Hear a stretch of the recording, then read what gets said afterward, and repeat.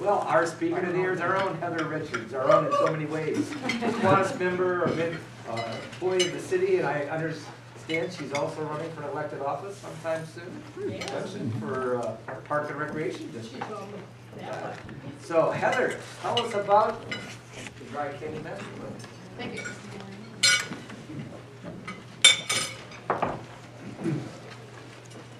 This is the only way we can get her to attend meetings is we have to. You know I had to say. All right, I'm gonna do this. So I'm here to talk to you about the Dry Canyon. What I see is probably Redmond's greatest asset is the Dry Canyon and how it's evolving into a community park and the master plan that we're putting together for it. We're out in the public process right now. We really want to get your feedback. We've been working on this for the past 2.5 years. We had a citizen advisory committee working with us on it, and we met over 24 times to really go through this process of evaluation, talk about the canyon and how it can serve this community moving forward for the next 20 years. Ann helped pass around for me some details on it. Those are for those of you who like to look at detailed maps. You're not going to be able to see them very well on my PowerPoint, so I want to provide those for you. We won't go over them in detail, but you're always welcome to call me or email me with any thoughts you may have on it. Since this PowerPoint is very map intensive, I'm actually working from a PDF, which is awkward for me, so bear with me on this. So why are we doing this? So the Redmond Canyon Plan was put together in 1984.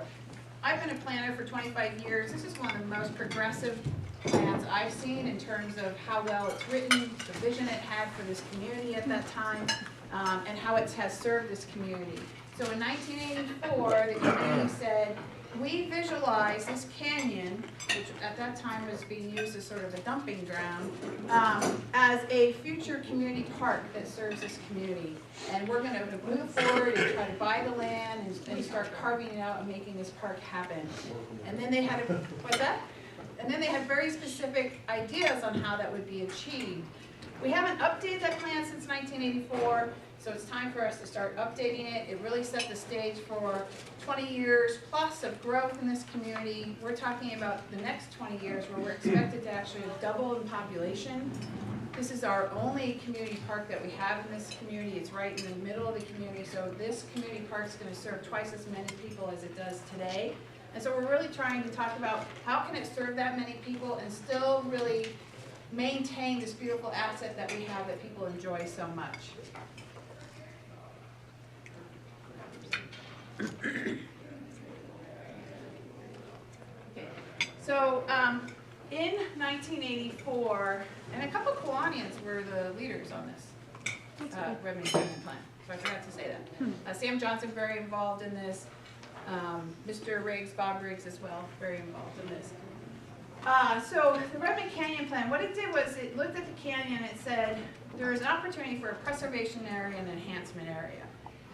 The preservation area was all that area of the canyon that's north of Fir and south of Kalama, and the enhancement area was all the area between Kalama and Fir. The intention of that was that the preservation area would be preserved as a natural resource area, and the enhancement areas where all the programming and activities would go. And if you think about how it's built out, that's essentially how we've moved forward with the planning process. The enhancement area was put together, and this is where I think this was really progressive thinking for this time period, because it was defined by access. So if you could drive down into the canyon, presumably people will walk as far as 1,000 feet easily, but anything beyond 1,000 feet, you really have to be walking to something. So you're not generating as many people in terms of massing. So the definition of the enhancement area was 1,000 feet from an access point in both directions. So if you think of Blackview Avenue and what was at that time Highway 126, looking a little differently than it does today, those are your access points. And so from Fir to Kalama was 1,000 feet from each of those events. The other thing that was happening in that area was it was actually used for agricultural, so there was a lot of crops down in that area of the canyon.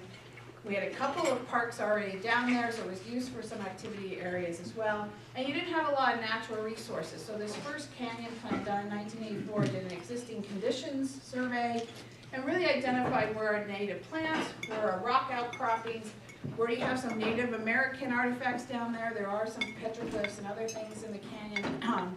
They're all protected by the state and federal law, so we're not actually able to publicize them. But that all exists in the canyon, and they wanted to make sure that that was preserved moving forward. The preservation area is located away from that public vehicular access, so that's where you're walking. You're actually making the effort to get to that area and walk through it, so that's why the thought was this wasn't as much of an activity area, but was really creating an environment for people to enjoy and sort of this less intense activity, either running, biking, or walking. And intensity meaning impact to the actual ground, the geography that was around it. So the plan policy is pretty simple. It's to remember that the canyon is a system of active and passive uses, recreation areas of various scales, intertwined with low-intensity agricultural areas and natural preservation areas. That's the vision statement from 1984. So what we did when we were looking at updating the plan is we went into the existing plan and said, what makes sense today? Do we want to move these policies forward? And how do we want to see this area program for the next 20 years? To set the stage for this, we did a park survey 2 years ago. We got about 500 responses on the park survey, and it helped inform us on what people wanted to see in Redmond happen in the canyon. So we asked the question to the community, and it was delivered to every resident in the city of Redmond. We didn't do it through our utility newsletter. It was actually an independent mailing that we sent out everywhere. So, and here's the lesson. If you get a survey from the city, fill it out, because it really impacts what we do. We look at that in terms of being able to get feedback from the community on what they want to see happen. So I encourage everyone to participate in that, because you can have impact. But we asked, what are the most important amenities? So what came out was open space was the #1 most important amenity that people see in our park system and would like to see continued. The Dry Canyon Community Park was the second one. So people immediately went in and identified this Dry Canyon as a great asset for this community. And then you can see the other list of things there.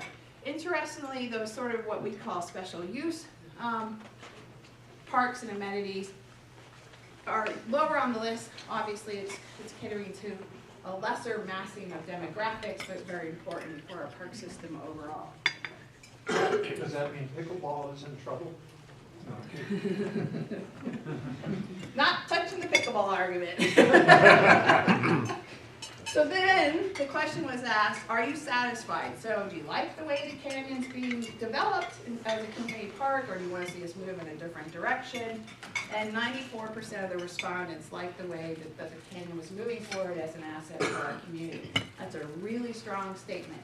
So what that said to us was, that original 1984 plan with the active and passive areas and sort of the definition of these natural resource areas and enhancement areas was really working, and people liked it, and that's something that we needed to continue to move forward. Then we asked, what do you want to see in the Dry Canyon? How often do you use different things that are down there? And the question was, what do you use more than once a month? So the natural areas were the most popular. People are walking, biking, running through those. Sam Johnson Park, interestingly, was the second most popular amenity, and so forth. And then you have your special use parks. How often do you visit?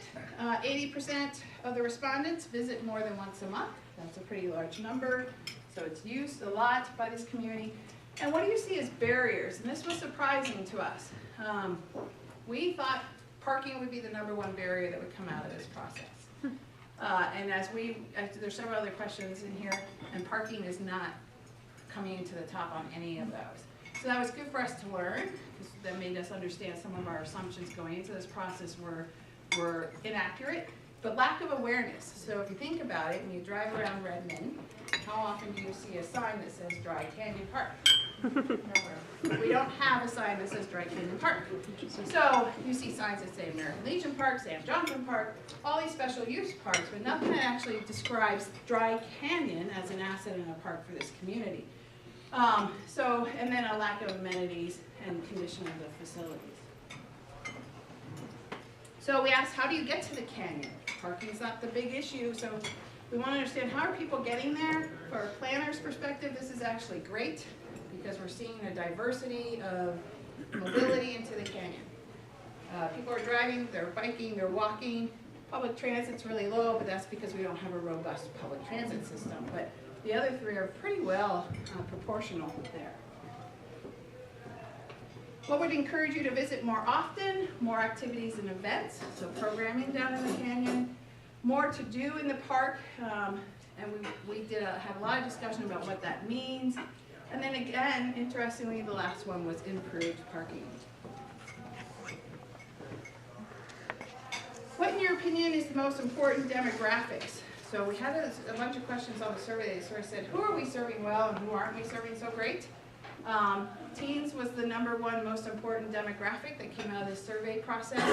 We're assuming a lot of teens didn't get the household mailing, fill it out and send it in, but these were actually parents and others who were speaking for the teens.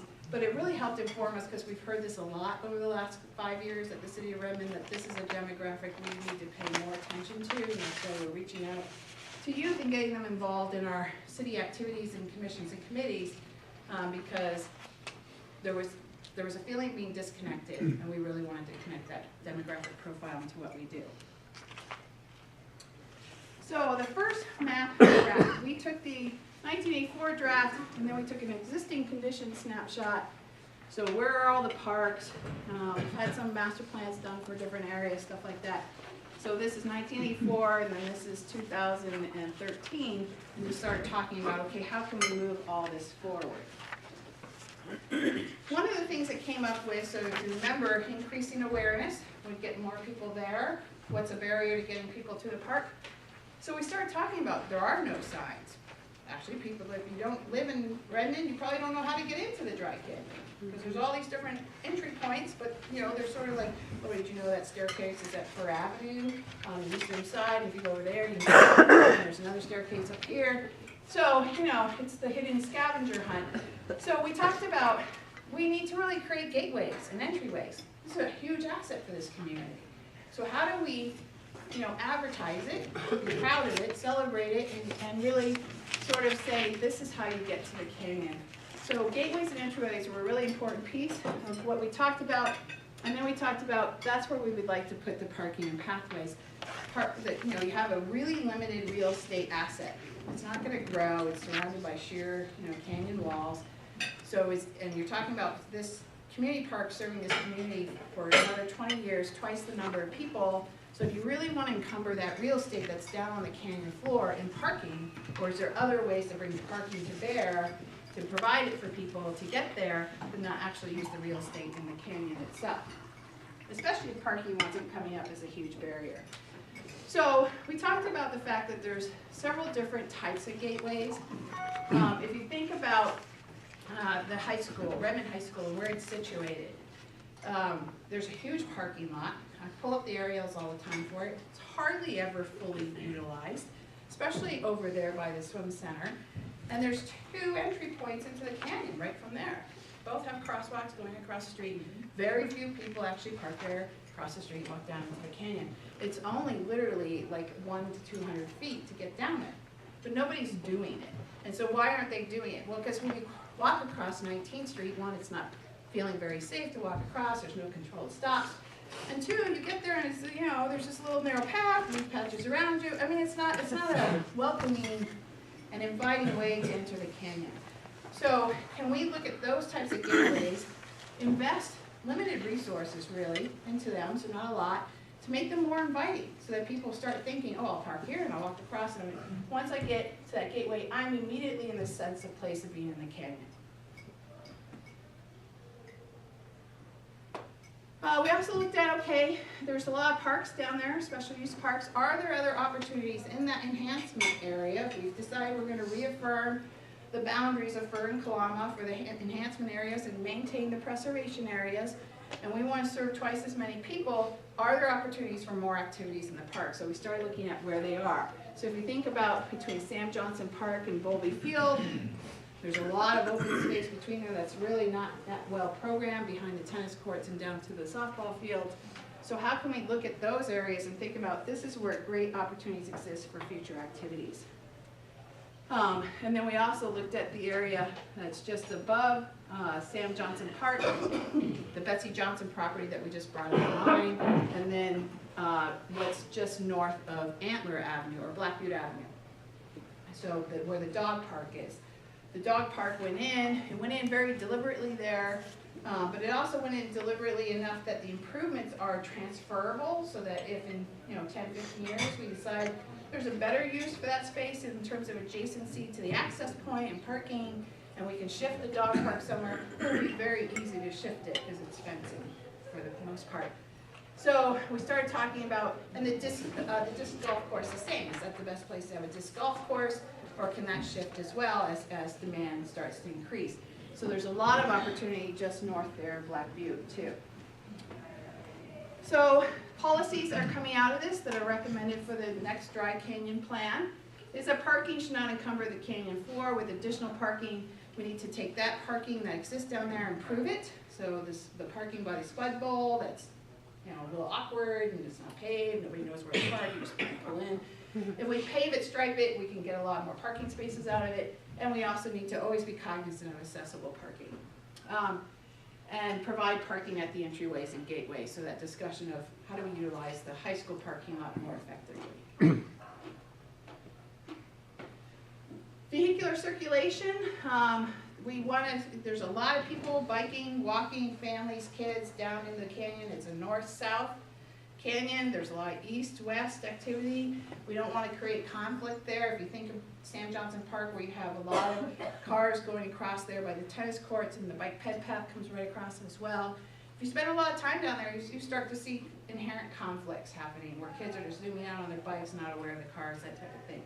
So we want to start looking at how do we discourage vehicular circulation in the canyon so we don't have that conflict. Focus on this non-vehicular network and develop a policy that limits speed, because there's all sorts of new ways of people getting around: electric scooters, electric bikes, that are achieving greater speeds than what we're used to in terms of a non-vehicular type of mobility. And we want speed will be an issue too as we move forward. That's where the conflict exists. So how do we continue to monitor that? Not the actual product. Lighting. Spent the most time on lighting in the last 2.5 years for the Dry Canyon Master Plan, and I don't think we've come out with a consensus.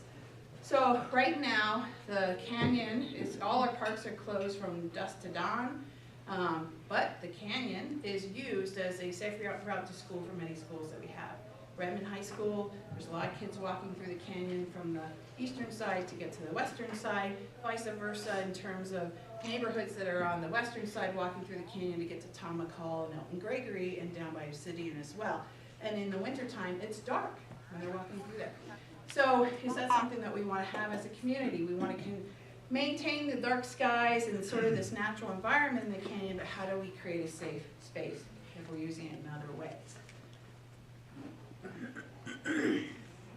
So with that, we sort of set the stage for our policies and then went into a lot of mapping for the canyon. We looked at different use areas, and these maps you have on the table, I'll just walk through the premises behind them so you understand them a little bit better. What we didn't want to do is say, this is where a volleyball court needs to go, because really over the next 20 years, you don't know what the community needs are going to be, pickleball. So we wanted to say, this makes sense for high intensity activity that's going to have a lot of impact, and this makes more sense for passive activity that will have less impact, where you put a lot of benches and people want to go inside and have some quiet time. So the yellow is high intensity, brown is more of a natural area where we would provide some more respite from the higher intensity and the enhancement areas, some benches and things like that. And we really had a lot of discussion. So Bowlby Fields is a great example. We had a lot of requests from people who use the field, especially the softball league, to expand those fields. There's a lot of discussion about how do we get aggregate fields in one place in Redmond so we can do tournaments. And so that came to us for the Dry Canyon. The decision that came out of the committee was perhaps this isn't the best place to start growing that sports complex. And we have really limited real estate. So one, we all recognize the need exists. How do we respond to it? And this is not the place to do that. So we started looking at how can we have complementary activities. in terms of high-intensity activities between Bowlby Field and Sam Johnson Park. Down at Quartz Avenue, this was interesting because Quartz Avenue didn't exist in 1984 when they came up with that 1,000 feet from an access point in terms of talking about enhancement areas, but now it does. And so in the 1984 plan, it was designated a natural preservation area. We're going to come in with a recommendation that it be sort of a mixed product. We're going to have a lot of people parking there. We're going to be accessing the canyon from the south. So again, yellow is high intensity. When you go down and look at this area, where it's yellow right now, that's where it was actually used for agricultural uses, so it's been very disturbed. So great opportunity to put programming. And where the path currently exists, which runs up the side right here, that's actually got a lot of natural features that are native to the canyon. And so we're recommending that the path actually relocate into this more disturbed area and then meander back over so that we can preserve that natural area moving forward. City owns property right across the street on Quartz Avenue, so this is a great opportunity to come in and have off-site parking that's adjacent to an entryway so people can park there and then come right across the street. And again, we'll have to look at our crossings, street crossings, how to make those more controlled and safe for people as they're doing that. And then this then becomes a primary gateway. So when we talk about primary gateways, what does that mean? So we also talked about the antler to fur, so I talked about where the dog park is and things of that nature. Again, yellow is more intense. The committee really felt that this area, which is a lot of acreage, there's a lot of opportunity for programming there, but we need to sort of migrate the intensity of the activity as we get up towards fur where the natural preservation area is, so that you're not just having this what we call planning a transect, okay? A transect that's high intensity activity where people are trying to enjoy a natural environment. So the blue and green sort of migrate into less intense activities. Okay, so Dan just gave me a 5 minutes, so I'm going to run through this really quick. So then we create some maps to have master plans for each of those areas in terms of what we would see, how these would move forward in terms of activities and natural areas. And then we started talking about entry points. I wanted to show you this one. This is underway right now. This is the entry point at Highland and right across the street from Nolan Town Center by American Legion Park. This is going to be our premier gateway to the dry canyon. So you talk about how do we advertise the canyon, so we have this great asset, and people coming through. This is really visible on 126. So the city bought this property. We're in the process of moving forward with improvements there. We're going to memorialize it as this gateway into the canyon to sort of describe what's happening. And we did the same down at Quartz Avenue and some other gateways as well. And we talked about what types of gateways there are. So there's stairs that go down, so maybe they need less amenities than the sort of where the parking lots are, and you'll have a lot more people accessing it there. We also came up with a lighting master plan, but lights in such a way that they're embedded in other products that are providing additional amenities in the park. And then those places where we need security and safety, where people are kids are using it for school crossings, we'll do motion censored Bolliard lighting so we can maintain the dark skies, but when it's necessary for it to be lit path, we can bring the lit path on board. And then we had a signage plan that we came up with as well. And again, same thing, you'll see the similar products. We wanted it to sort of all read together, create this branding for the dry canyon. And we also talked about how this needed to really represent Redmond. So Redmond, we've made very deliberate choices recently about our improvement projects. In terms of materials used, we're using a lot of natural rock from the area. We're using steel to represent our industrial heritage and Art Deco heritage. And really trying to play with sort of the high desert look. And so we brought those elements into these as well, but created them in such a way where they're independent to the canyon. So there's a common theme here. You'll see this running through everything. That's actually the canyon itself in terms of how it looks. And then each place where we have this will have a map of where the parks are. So this is a large clock tower that could eventually be a reader board as well that will go where that American Legion Park pad is, so that premier gateway that says we are the dry canyon. We've heard a lot from the community that we need a community reader board. This is a great opportunity for that because it's very present. And then it has the natural rock and a bench seating around it. We're not putting that in right now because we don't have the resources for it, but it will be part of the master plan. These are some of the signs that will go around at the other gateways right here. So Quartz Park, Sam Johnson Park, and there'll be subsets of the Redmond Dry Canyon.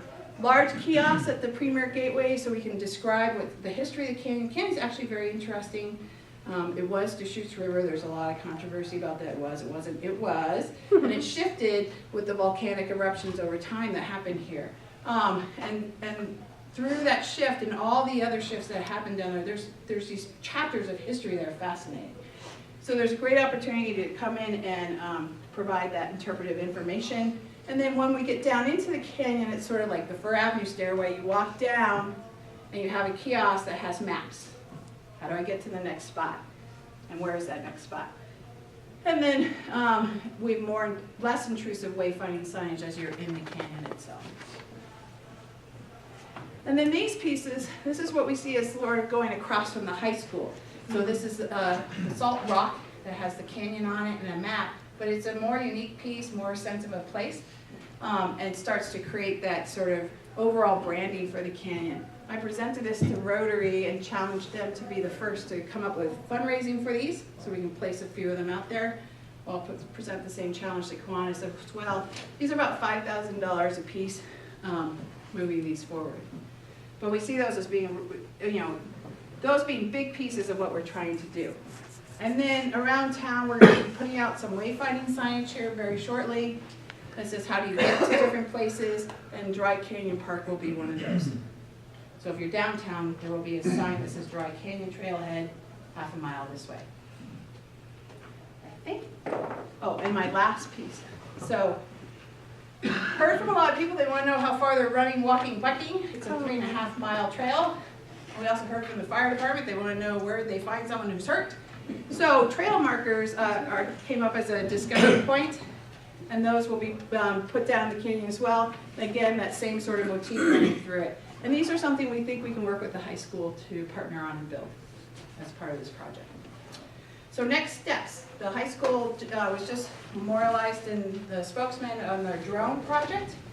We wanted the kids to be involved in this, so they got a grant for a drone through one of their classes, and they've been doing existing aerial snapshots for us.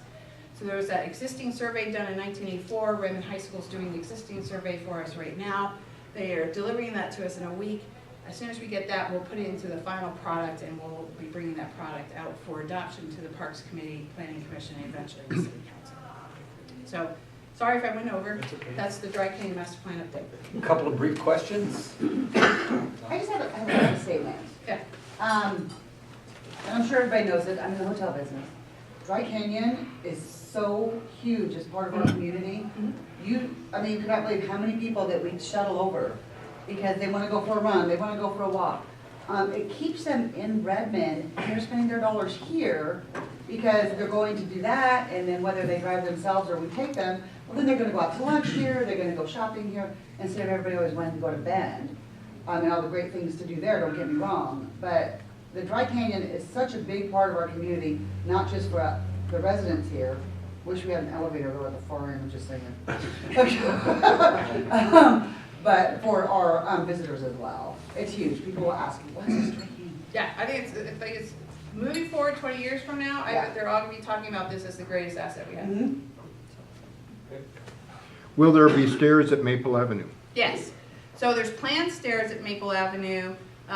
We don't have the funds for it yet, but there will be stairs on the eastern side of Maple Avenue going down into the canyon. From our hotel. Yeah, from the That's a long way.